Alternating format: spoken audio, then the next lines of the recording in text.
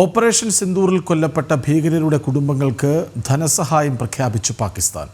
1 കോടി രൂപ വരെയാണ് നൽകുന്നത്. ഭാരതത്തിന്റെ മിസൈലുകൾ പതിച്ചു തകർന്ന ഭീകര കേന്ദ്രങ്ങൾ പുനർനിർമ്മിക്കാനും പാകിസ്ഥാൻ സഹായം വാഗ്ദാനം ചെയ്തു. IMF ഫണ്ട് ഉൾപ്പെടെ ഇതിനായി വിനിയോഗിക്കുന്നതായാണ് റിപ്പോർട്ടുകൾ. പാകിസ്ഥാൻ പ്രധാനമന്ത്രി ഷഹബാസ് ഷെരീഫാണ് ഭീകരർക്ക് ധനസഹായ പ്രഖ്യാപനം നടത്തിയത്. ഓപ്പറേഷൻ സിന്ദൂരിൽ കൊല്ലപ്പെട്ട ഓരോ ഭീകരന്റെയും കുടുംബത്തിന് 1 കോടി രൂപ നൽകും. ഭാരതത്തിന്റെ പ്രത്യാക്രമണത്തിൽ തകർന്ന ഭീകര കേന്ദ്രങ്ങൾ പുനർനിർമ്മിക്കാനും സാമ്പത്തിക സഹായമുണ്ട്. കടുത്ത സാമ്പത്തിക ബുദ്ധിമുട്ട് നേരിടുന്ന പാകിസ്ഥാനാണ് ഭീകരർക്ക് ധനസഹായം നൽകുന്നത്. IMF ഫണ്ടും മറ്റും ഭീകരർക്കായി നൽകാനാണ് നീക്കം. IMF ഫണ്ട് പാകിസ്ഥാൻ ദുരുപയോഗം ചെയ്യുമെന്ന് ഭാരതം പലതവണ മുന്നറിയിപ്പ് നൽകിയിരുന്നു.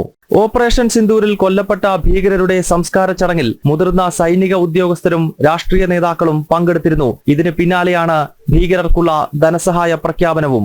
ജനം, ഡൽഹി.